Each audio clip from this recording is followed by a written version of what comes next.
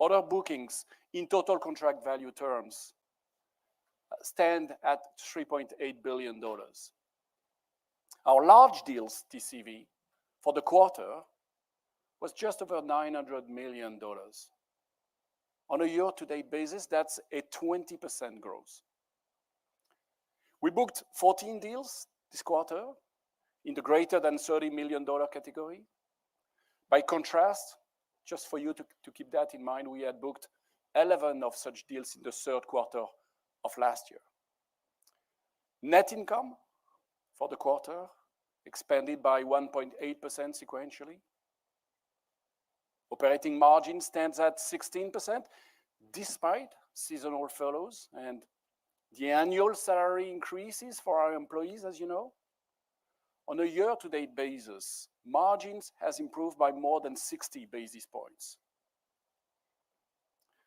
As you know, we have consistently invested in our people, in our processes, and organizational efficiencies over the last several quarters.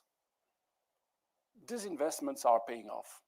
Our results demonstrate that at a fundamental level, Wipro is increasingly more streamlined, proactive, and efficient.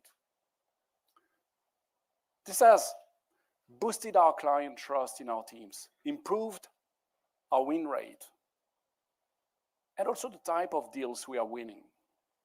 That is more of complex transformation deals. Wipro is not only benefiting from vendor consolidation, but we are also adding new logos while growing our business with existing clients. In fact, our clients tell me that they are seeing a more confident and a united effort from us. One Wipro.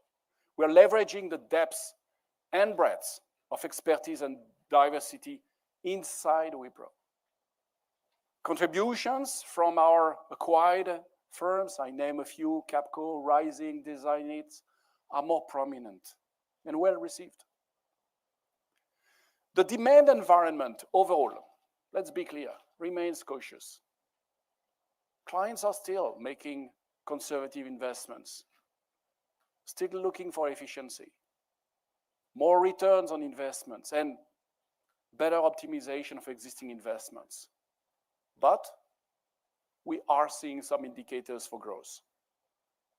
If you remember, we had called out a possible slowdown in the economy as growth in our consulting business slowed.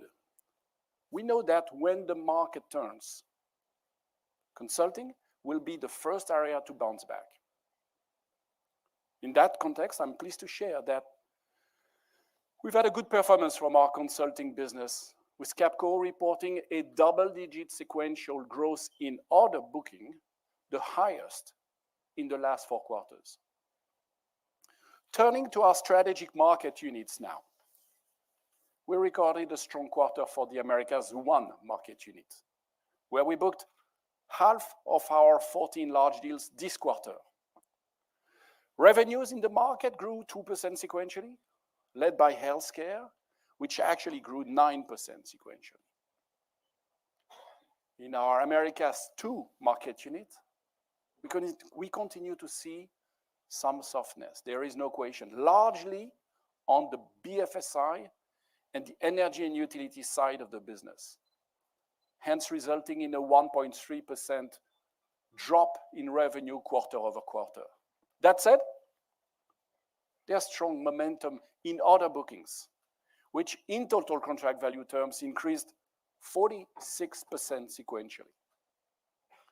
In Europe, we won 4 large deals in the third quarter despite the continuing economic weakness. These 4 new transformative deals added to a nearly $300 million in bookings. These deals underscore the success of our strategy in this market. There's no doubt. Revenue from Europe, however, decreased 4.3% sequentially in Q3. Across the board, I want to say, across the board, but especially in our APMEA strategic market unit, we have worked on reducing low margin accounts while slowly moving towards higher value transformation projects. Revenues in this region declined 5.4% quarter on quarter. However, this strategy of pivoting towards higher value business reflects in the margins we delivered in the region. Margin rose 240 basis points sequentially to 13.8%. That's the highest in the last 6 quarters. And once again, we are seeing consulting, especially Capco and Rising, play a big role in the complex deals we are winning in the market. To continue this rigor, we made some changes to our growth offices recently, and we've communicated on that. With the foundational pillars for sales excellence set out by the growth office over the last 2 years, we moved some of the growth office functions inside the strategic market units, creating an even tighter integration with the SMUs. With this, we reinforced how we nurture large deals in each geography, and we respond faster to changing market needs. Simultaneously, we continued to streamline our operations as per the plan. Leverage artificial intelligence and automation for efficiency across all functions and business areas. Add to that the learning and development and reskilling of our existing talent base, besides optimizing our talent pyramid to better serve client needs. Multiple initiatives are in place. I request Amit to share highlights of some of those programs with you today. What I can say, though, with confidence, is that Wipro is a better partner for our clients today. We are more agile, one that is responding to and evolving with our clients and their needs. Amit will also share with you highlights of the work done around account delivery and service excellence. This really is the centerpiece of our efficiency play and increased agility. We continue to invest in areas that we know are going to remain fundamental for our long-term success. People, our most valuable asset. We awarded our colleagues their performance-based annual salary increases recently, The promotion cycle just closed, and we'll be making the announcement soon. We've continued to stress on and offer training and development options and grow opportunities to our employees. This is critical to why people continue to choose to work with and give their best to Wipro. Of course, returning to work once again more regularly after a few years of fully remote work has absolutely helped energize the culture and the atmosphere in our offices. You can feel it today. Then there is AI. It would be amiss not to share how we are using AI ourselves as an organization and, of course, for our clients. AI is now moving from, I would say, the curiosity and experimentation stage to becoming vital to business strategy. In fact, we can confidentially say that every long-term, large deal now has an AI component.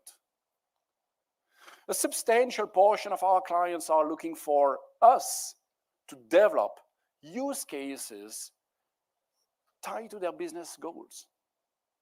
They want us to use AI models to drive tangible results. AI is now embedded across most of our existing solutions and offerings.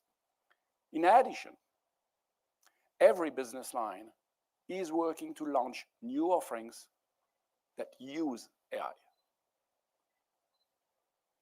For example, in our full stride cloud business, an area that's particularly hot when it comes to the use of GenAI is digital workplace services. Leveraging GenAI to lighten the load on service desks, deliver faster and better client service is now part of every RFP in this space. One of our largest deals in Europe this quarter is to transform digital workplace services of a multinational telecommunications company. This will help improve client satisfaction, reduce operating expenses. We will build an AI-powered platform for them that provides service desk, on-site, and remote support services for 100,000 users and 80,000 managed services across 240 locations worldwide. In engineering, we are seeing strong interest for AI in the automotive and manufacturing industries. Clients in these industries want AI to increase productivity in the R&D process and accelerate new product development. With Wipro Enterprise featuring, we are helping clients accelerate adoption. We are leveraging Wipro's GenAI framework and studio to develop key assets at all levels of the AI stack, including models, platforms, and solutions. We will help clients with model development, performance, privacy, and compliance. We're also building governance frameworks around responsible, sustainable, and ethical AI development, because we are Wipro. In fact, we are working with a global healthcare insurer to develop a GenAI-powered knowledge research solution to transform their contact center. The goal is to improve patient expense and operational efficiency by cutting the time it takes to analyze healthcare plan documents and response time. We have developed a GenAI-powered assistant for a Fortune 500 investment and insurance firms.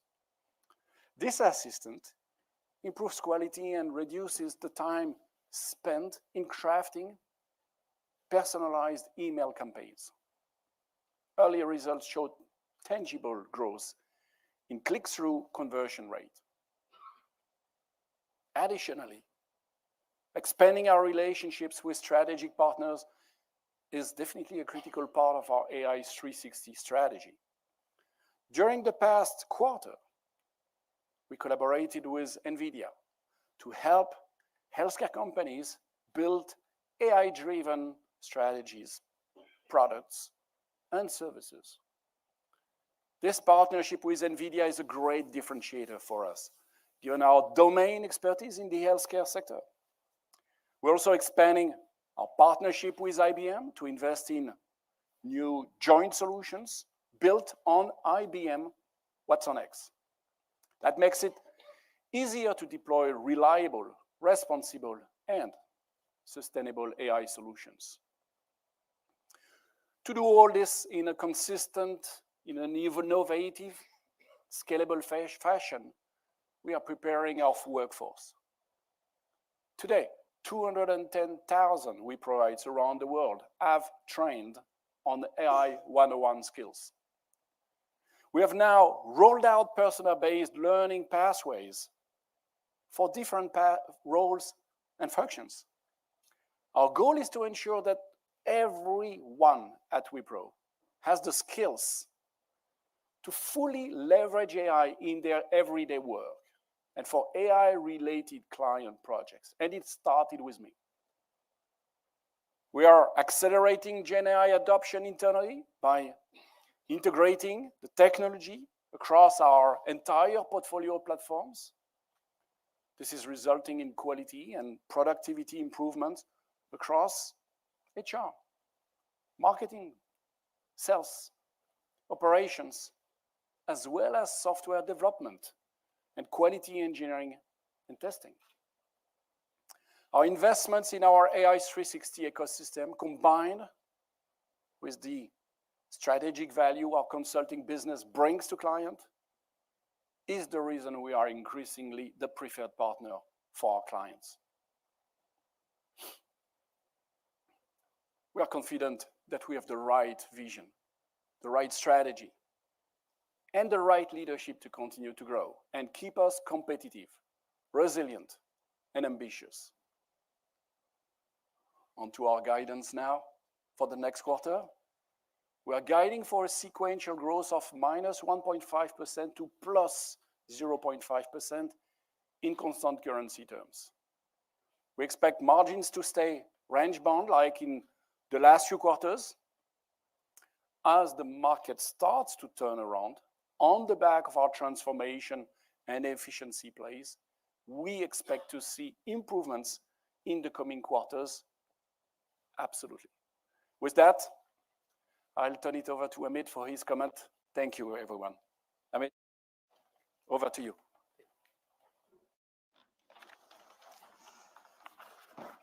Thank you, Thierry. Hello, everyone. Today, I'll be talking about some updates on our business transformation, as well as focused initiatives that have helped us to maintain our margin in the current demand environment. Our focus on the delivery excellence side continues to be excellent client experience and getting them best-in-class solutions. This is based on our now consistently leveraging our 4 global business line model to create the best possible ecosystem to build talent as well as deliver the best-in-class solutions for our clients. This is being supplemented by strong delivery governance through an investment in our better program management, by building the delivery leadership cadre through focused training interventions, AI-based assessments, and skilling for emerging technology trends. We have a dedicated AI delivery council to identify opportunities to infuse AI into delivery activities. Our account delivery executives are at the core of our client experience. We are enabling and empowering them to make decisions that are client-centric and with a client centricity in their mind. They are driving initiatives and solution offerings with AI first and one Wipro approach. Another area of work has been the restructuring of low margin accounts. Thierry talked about it briefly, especially in the context of our improved performance in the APMEA region. Low margin businesses are being reduced steadily through a multi-pronged approach. Moving to our operational excellence side, Thierry has spoken about how skill is our biggest currency. We are working on end-to-end processes to provide right skill at the right time, at the right cost, at the right location. This we are doing through multiple initiatives that span across an improved forecasting process, proactively skilling through account academies, pyramid optimization, improving our talent supply chain through an AI-powered talent marketplace, effort optimization, automation, and strong change management. We are reducing our operating costs and optimizing our organizational design across all units and geographies. This is enabling us to build an agile Wipro better suited in this dynamic market. We are heading towards more and more AI-based automation internally, resulting in productivity and better efficiency. Thierry talked about how we are taking AI-led solutions to our clients. We have a similar rigor for our internal facing AI applications, like the AI-powered talent marketplace, persona-based learning pathways for our sales and business teams, our developers, our engineers, and our architects. We are using AI for simplification of our employee user experience as well.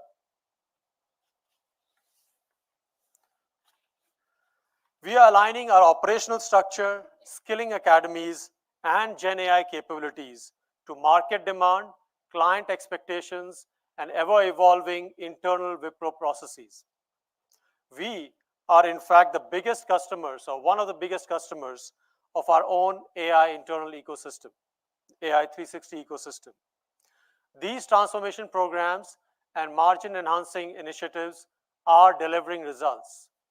Our top priorities continue to be profitable growth, delivery excellence, and internal capability development, all leading to sustainable success. And now I hand over to Aparna.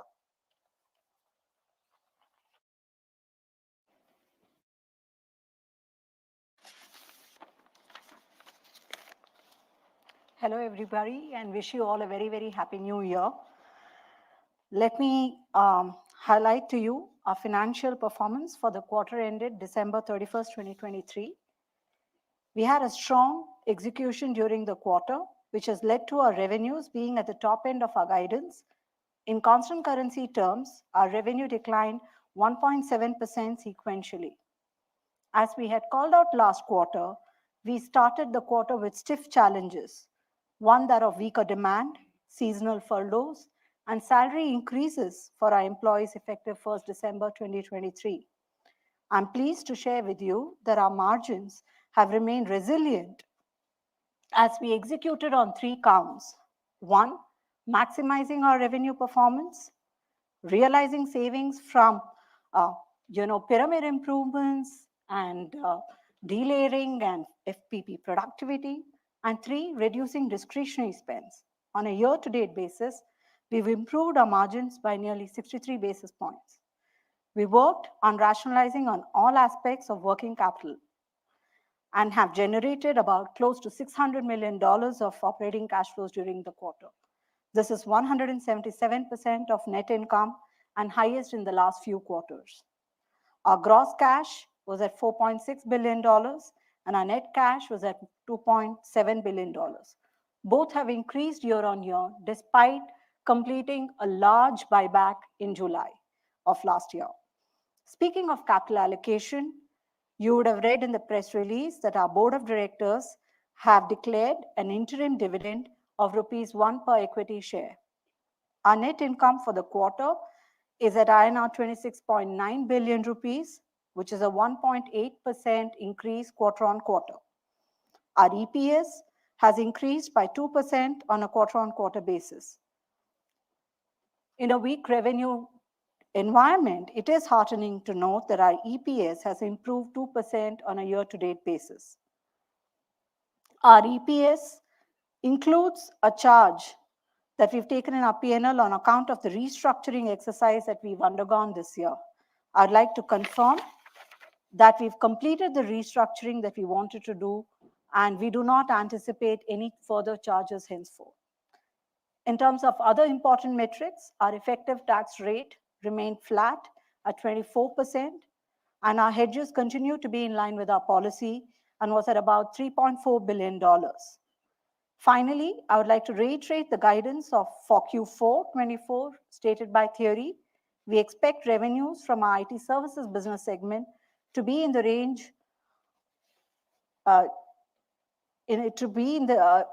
2615 to 2669, which translates to a sequential guidance of negative 1.5% to a positive 0.5% in constant currency terms. With that, we'll be happy to take any questions.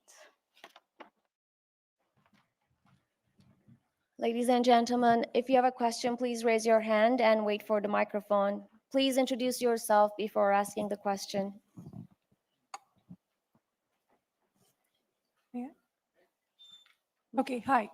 Here, I'm Ritu from CNBC. Few questions on your numbers, starting with the revenue, a 4th quarter of decline, that you've now reported despite all that positive outlook that you're telling us about. Even vertical-wise, barring a couple like healthcare, etc., you've seen a decline across the board sequentially.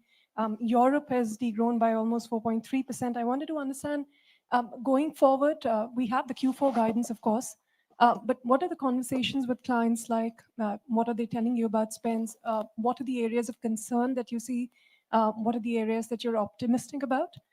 Number 2, also, consulting, since you repeatedly highlighted, is starting to see a turnaround. If you could give us more details on how Capco and Rising are doing, and how significant a role do you expect them to play when you say the market turns around?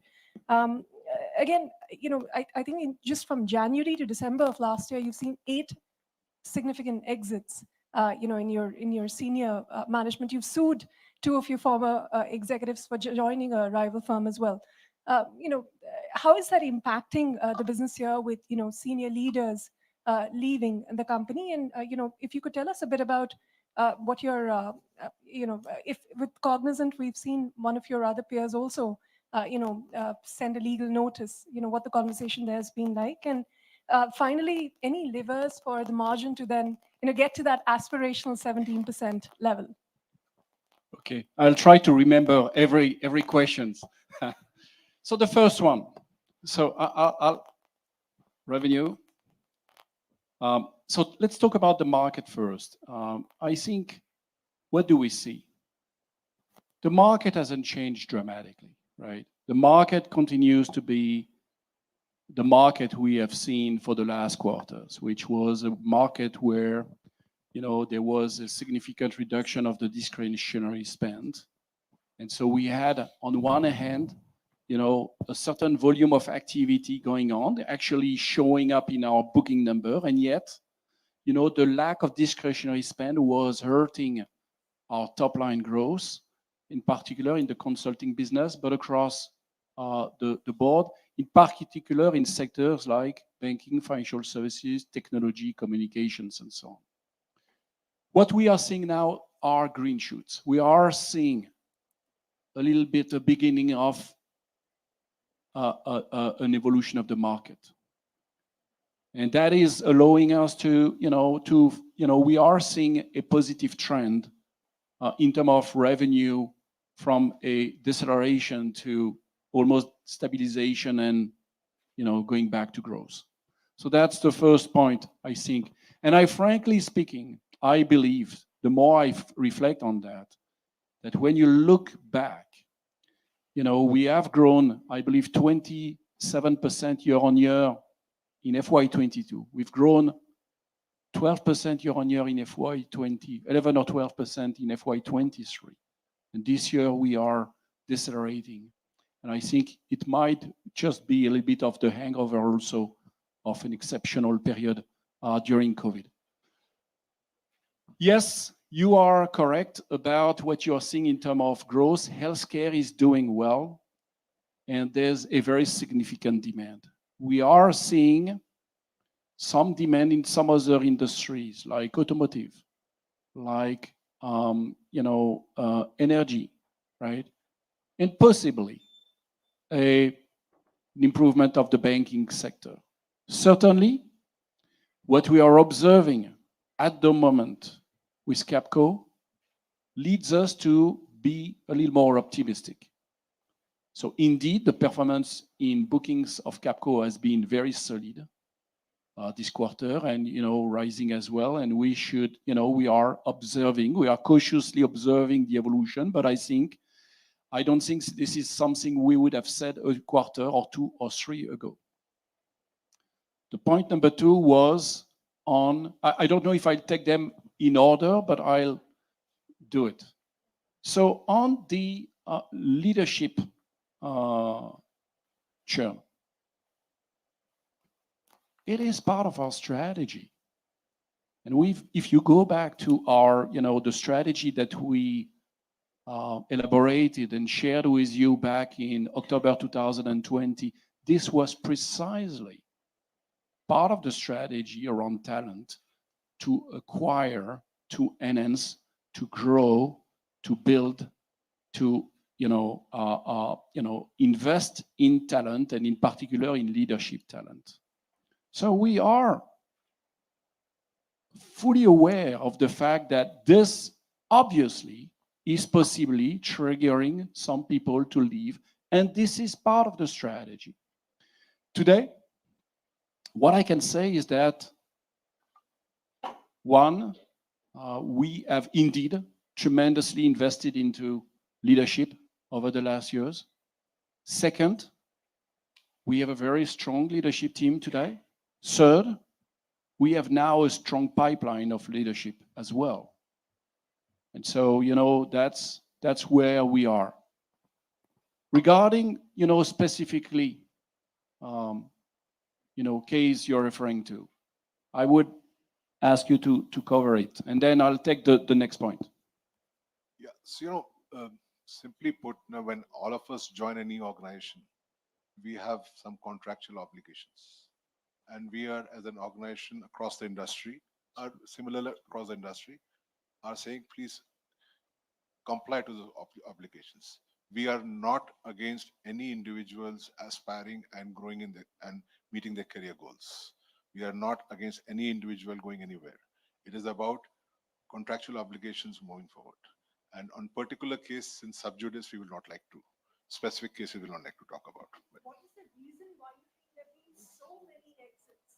Just 1 year. I try to respond to this question. We do not feel that way, what you're saying. But we realize that when you are bringing talent, we've been also promoting a lot of talent. It triggers a little bit of a churn, and you must be prepared to that. If you're acquiring talent from the industry or other industries, if you are, transforming the organization the way we've done over the last years, and if you're promoting as many talent in the organization as we've done over the last 2-3 years, you have to be prepared to the fact that some people will decide to go. And frankly speaking, I wish them the best. It's okay. We're not taking it, we are not destabilized by when there are decisions like this, because we have the pipeline. May I embarrass my neighbor here a minute, if you don't mind, to say that, Aparna has taken over.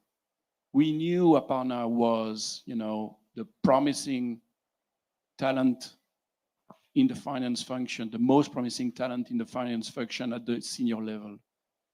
Aparna has taken over the CFO role about a quarter ago, and she's doing fantastic. That is the power of the pipeline of talent that we have built over the years. Can I please ask everyone to limit their questions to 2, please, so we can give everyone a chance? Correct. Nevertheless, I don't want to avoid questions, so I'll take the questions on margin. You had a question on margin expansion, is it? Was it your question? So let me, I speak under the control of my CFO. So what I would say is, one, for the last 6 quarters, we've said that, we would deliver within, the same band. And actually we did. Despite the slowdown, despite the revenue decrease. How could we do it? By working on our fundamentals, by becoming more agile, more efficient, by leveraging technology, everything we've discussed earlier. We are now at the point where, we are more confident to deliver this level of margins. As growth comes back, we are expecting some expansion. Thank you. Hi, ladies and gentlemen. Tushar here from NATV Profit. Question for Thierry. IT services, as we have seen, has declined. The BFSI part of the business also has declined. US contributes 61% of your business, but growth here is flat. Against that backdrop, how do you see FY25 panning out for you in your biggest market? For Aparna, a bit off. We know that the IT services margin is 16.0 from 16.1. But if you just do the pure math a bit from your statement of accounts, we see that the EBIT margin is up 105 BPS. So where is this actual gap happening? Just wanted to know. Mr. Govil, your headcount is down. The attrition is at a 10-quarter low. Utilization is, I think, also decreased by 4 percentage points. Will you be undertaking hiring this year, or are you still expecting your numbers to go down? And also on the hiring front, to anybody of you, are you going to get a new chief growth officer? Okay, so I'll take point number 1 and number 4, if you don't mind, and I'll give you point number 2 and number 3. Okay, so for the first one, which is, outlook for FY25, I'm gonna disappoint you. It's a little too early to tell. And by the way, we are guiding only for a quarter. Look, January and February are typically months where we are getting a lot of better visibility on the budget of our clients, okay? So I am meeting clients every single day, and I will see many other of our clients in Davos next week, where I'll get probably a better feel. But that's the most honest answer I can give you. On the point number 4, which is around the growth office, let me explain the rationale. I'm the one who built the growth office. And you know, the reason for this was that we needed to fill a gap that was visible in the organization on several fronts. One, we didn't have people, we didn't have a team able to go after large deals. So we needed to build this team, build people who can go after large deals, so deals that are much more significant in size than what we were typically closing before. The results of that has been last year over the previous year, plus 70%, this year another plus 20%. So this is paying off. The teams have been built, they are working in every regions. We feel this is the moment for them to be rolled back now in the SMUs, in the regions, and work more directly with their regional teams, okay? Second mission for the growth office was to build a true management of the partnerships. There was a fundamental disconnect at that time, way back in 2020, that, you know, if you look at the 6 largest partners of Wipro, they were generating less than 20% of the revenue of Wipro. So we've built a team.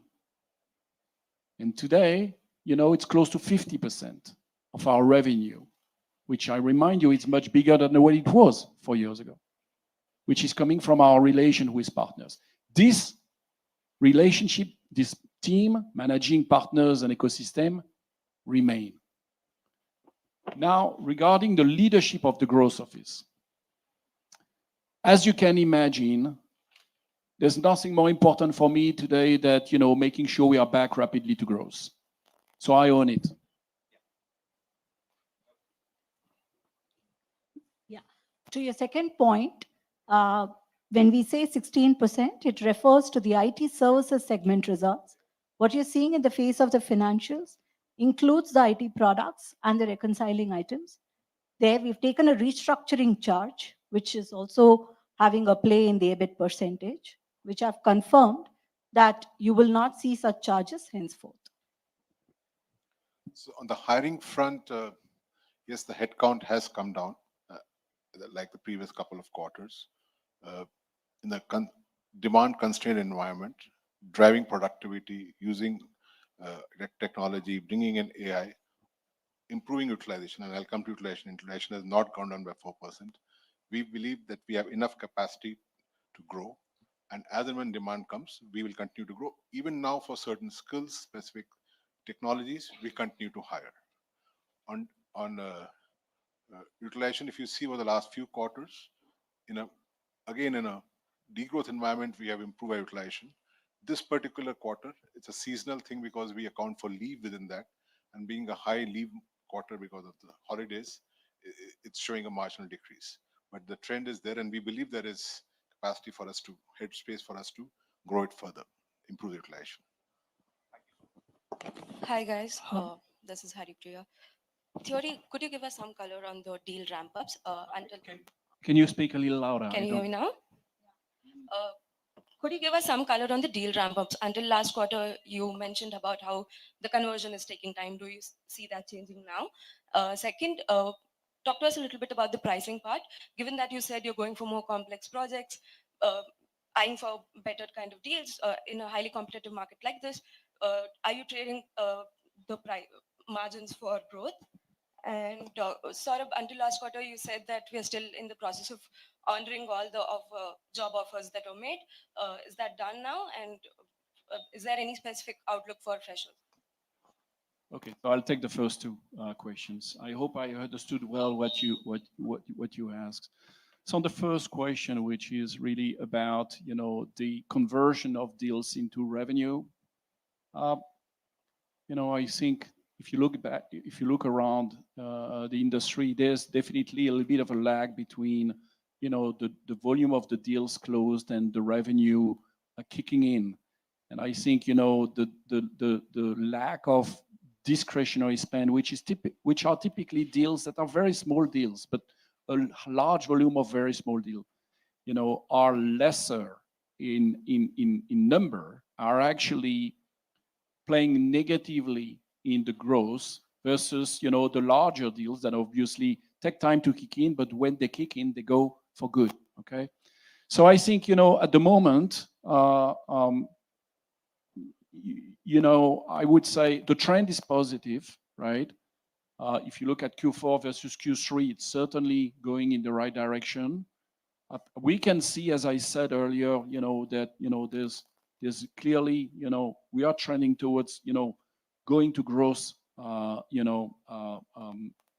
the next few months, and regarding the pricing or the margin profile of the deal we are going for, yes, it's a strategic decision on our side to go for more complex deals. Not because we like complexity, we do actually, but because we believe we can bring a lot to our clients. We have outstanding capabilities. We have, deep knowledge of their priorities and their challenges, and we can truly do more than, just deliver simple programs. Complex programs requires, investment in capabilities, in discipline, in methods, in tools, and this is what we've been working on. And Amit has, with his team, they've been working on, reinforcing our capabilities around that, so that indeed, it drives a better margin at the end. And indeed, I think you've heard from us several times that we talk about portfolio rotation, reduction of, low margin accounts, and so on. This is what we've done. Precisely look at the portfolio and choose where we want to invest for better return on investment. On the hiring front, we have today a talent pool available within, as well as we have people whom we have offered. And as the demand comes and as we have the requirements, we'll first dip in here and then go forward. So that's the way we'll approach hiring. We're going to take one more question before we close. This is Sai Ishwar from Reuters. Terry, you spoke about the lack of conversion from revenue to deals to revenue.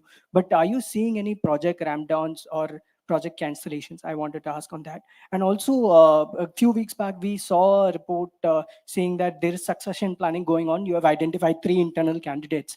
So you have just a year to go. So can you talk about the succession planning as well? Okay, I'll do my best. Okay, so on the first point, which is the revenue conversion, right? We haven't seen a significant ramp down. So let me correct that. I mean, when we say less discretionary spend, it basically say a lot of the small discretionary spend that we were getting has reduced, and so that resulted into ramp downs, not of accounts, but within accounts of streams or projects. Okay, I would say this has largely gone now, right? So I think we haven't lost account. I'm not aware of any big account or big project that has been canceled.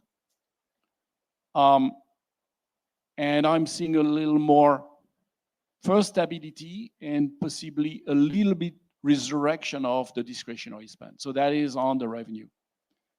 On the succession planning. So I don't know which newspaper you're reading, but let me tell you one thing. it is my responsibility to make sure that we are building the proper succession planning for my role, like for every other leadership role in the organization. And this is what I've been focusing on for the last years. All right?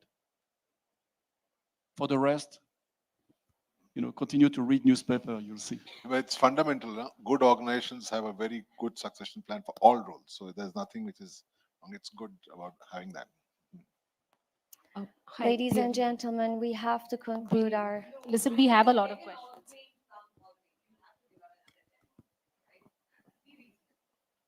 All right, we'll take one more. Okay, two more. Hi. Can we just have one You question? really please? want to ask question. Please Of go course. ahead. So Thierry, just around the lawsuits, we just want to get a sense on, what is the reason that, these lawsuits have been filed? And does that impact the morale of the company or the culture of the company? And as of now, what do you think is the impact, especially because this is focused largely against another rival? Do you see that, changing mechanics for the company? Do you see that impacting because you've also given increments? Is that one of the reasons for incentivizing employees? And what is the impact of the incentives that you've given, the increments on your margins? Okay. And what are the levers for the margins as well? So you guys come with too many questions. I'm struggling to remember everything. So let me start with what I believe I've heard. So one, there's nothing personal or targeted in the way we are dealing with contract obligations. We are sticking to business practice. We've been in this business for 30 years. I know how this is working, and we only apply those normal terms. And we are committed to our employees. We expect the same from them. That would be my first point. Second question was around Margin Increment and the margins. margin levers. Besides growth, continue to improve the productivity of our organization, leverage automation and AI, and price power, reinforce our position in account.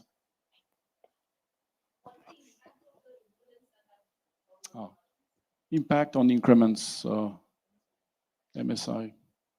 So we are not calling out impact in terms of operating margins, but our salary increases have been in the range of 6 to 8%, and it's in line with the industry.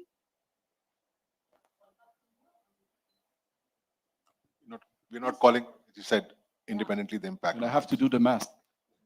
Sure. Thanks. Thierry, this is Rukmini Rao from Fortune India. I guess a lot of people here have been asking you about, this legal notice that has been sent out, the entire issue around Jatin Dalal's exit, right? One, because the last quarter when you spoke, you were very, very, candid, amiable when you were speaking about Jatin's exit. And then a few days later, we see this, legal case coming up.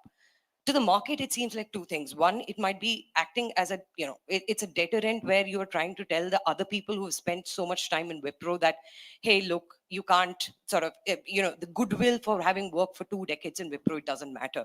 And two, probably Wipro is afraid that it won't be able to get the right kind of talent to fill in the people who are quitting the organization. I want to understand from you that, these concerns, and especially given that this step taken by Wipro, will it exacerbate an existing problem of, the senior management, senior leadership not having enough faith in perhaps the leaders who count? And two, the other thing is also about several questions being raised about you being able to sort of fulfill the term of 5 years. So I really want to understand what you're thinking on both these matters. All right. So you said I was candid last time. I remained candid. Okay. And there is nothing personal.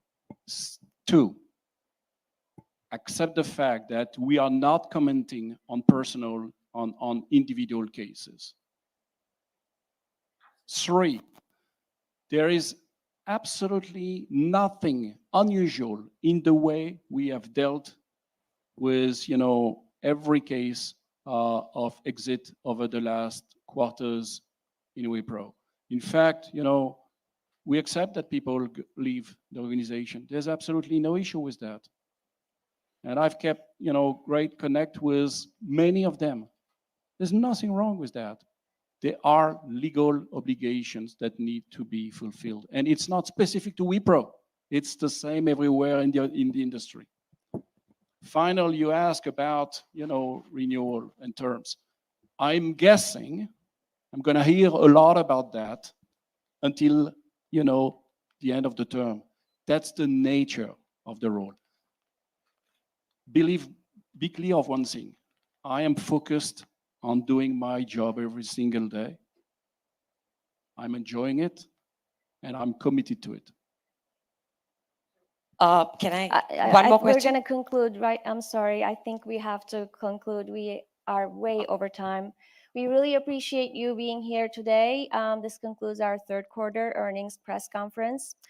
I know there's a lot other questions out there. Please reach out to our media relations team with your follow-up questions, and we'll be happy to assist you. Thank you, and we'll see you next quarter.